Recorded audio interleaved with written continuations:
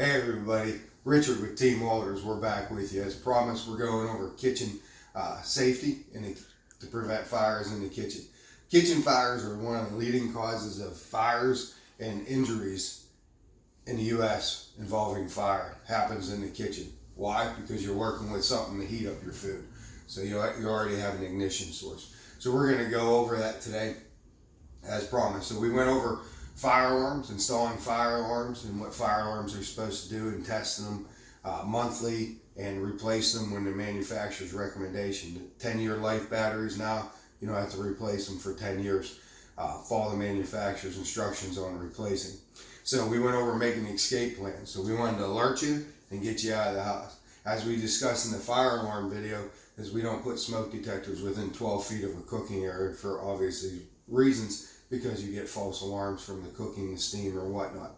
So we're going to lead right into that with kitchens to prevent fires in the kitchen. So what can we do to prevent fires in the kitchen is, well, one, if you've been consuming alcohol or you're sleepy and you want to cook something, it's not recommended. NFPA don't recommend cooking using the stove or the oven because you can fall asleep in the cooking. I've been on many calls where people have come home and they put something on the stove, they forgot about it, they fell asleep, they were intoxicated, fell asleep, and it burned food and set off fire alarm, caused a little fire on the stove. So what we're going to go over is, everybody's been taught, when you're cooking, to turn the handles in so children can't grab them. That's one of the things, especially with children, is they can come up and grab it. As with anything, if you're cooking, make sure you keep your children away from this area. You want to keep a 3 feet circle around this. When my kids were little, we had a gate across the kitchen area. We didn't really allow them in the kitchen area while we were cooking or anything like that. You always want to cook with a lid nearby, especially if you're frying anything. If you're using any kind of oils, like olive oil, for example, you want to cook with a lid nearby. You never want to leave the kitchen while you're cooking with that. If you're cooking something for a long time, like in the oven, you might want to set an alarm to come back and keep an eye on it and check on it and make sure everything's okay. But if you're cooking anything, broiling anything, frying anything, you want to stay in the kitchen with it. If you got to leave for any reason or whatever, you just want to make sure you shut the stove off. All right. As I was reading the research, this is gas stoves, electric stoves causes more fires than gas stoves. I don't know if it's because you can see the flame. On electric stove or oven, you can't see that it's always hot.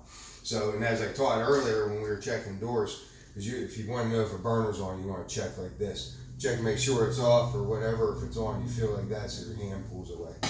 But you always want to cook with a lid on. So, and you don't want to have this area of stuff around here that's combustible around the stove is. So, with that being said, those are some of the safety issues with cooking on a stove. As always, if you're going to take something off or out of the oven, you want to use mitts and have somewhere to place it. If you're taking something out of the, this is a toaster baker thing. So if you're taking something out of here, you always want to have gloves to take it out because it's going to be hot. And always have somewhere to set it. You don't want to set it right on your counter. But you just put the gloves on. Make sure your oven mitts are good. They're not real thin. Just threw a pair out, so that's my little penguin. So, but when you take it out, you have somewhere to set it on. So, if you have a microwave, you don't want to put anything in there that's metal because it can cause an arcing and cause a fire. So, like I was saying, you keep this area clean. So if we did have a fire in the kitchen, all right, that's why you always want to cook with a lid on, or a lid nearby, lid nearby. If we had a fire in this pan, we could shut the burner off, slide the lid over there, and smother the fire. If you're not able to do that, shut the burner off. If you're not able to do that, get out, activate the 911 system, let everybody know there's a fire in the house, call 911 once you get out of the house. These are some of the tips that you can use to prevent fire in your home, in the kitchen area. So I'm going to leave a link below to the NFPA website that goes over cooking safety. But if you're tired or under influence of alcohol, you don't want to cook on a stovetop. If you're cooking anything, frying, broiling, anything like that, you always want to stay in the kitchen with it. If you leave the kitchen, you want to make sure you shut it off.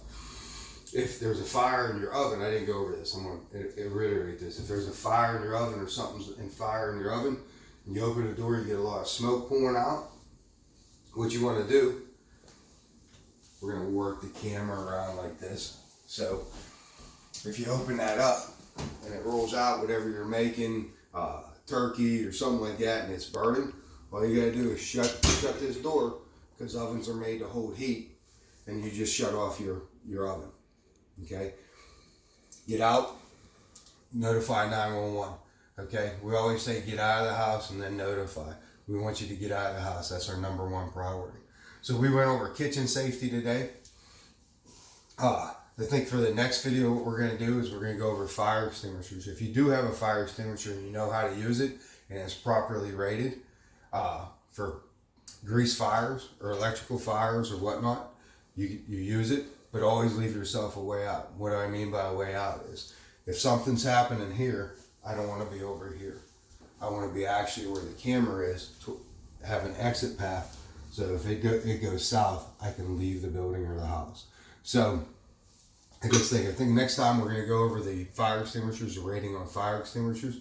But we just did a quick overview on kitchen safety and preventing fires in the kitchen.